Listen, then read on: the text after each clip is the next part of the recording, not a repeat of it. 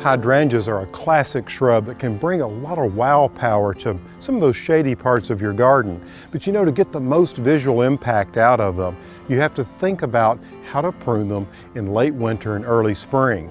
You see, there are 4 species of hydrangea, and each has its own recommended pruning requirements. The first is the smooth hydrangea, which you can see here. It benefits the most from pruning because when you prune it, you get a stronger stem to hold up their big blossoms. What you want to do is you want to cut about 6 to 10 inches of the stems back like this, just above a bud. The next hydrangea is an old-fashioned favorite called the panicle hydrangea. A desirable trait of these hydrangeas is their tolerance for pruning. One can prune them really any time except when they're beginning to form bloom heads in the summer.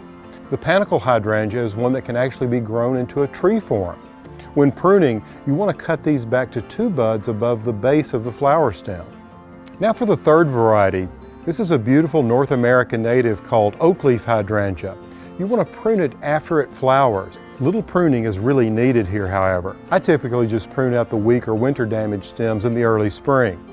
Now the fourth hydrangea is one called the big-leafed hydrangea. You're probably familiar with it. It makes really big blossoms. What's important to know about this hydrangea is that it produces its bloom buds on the previous year's stems. So you want to be careful to prune it this time of year. So all you really want to do is take away any of the dead blossoms like this. That's about all you want to do.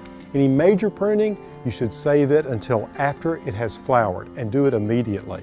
Now I hope you've enjoyed these tips on how to prune your hydrangeas. The thing to always remember with pruning is remove the 3 Ds. Anything that's dead, damaged, or diseased. That goes across the board. And good luck with your garden and plant lots of hydrangeas. You'll be glad you did.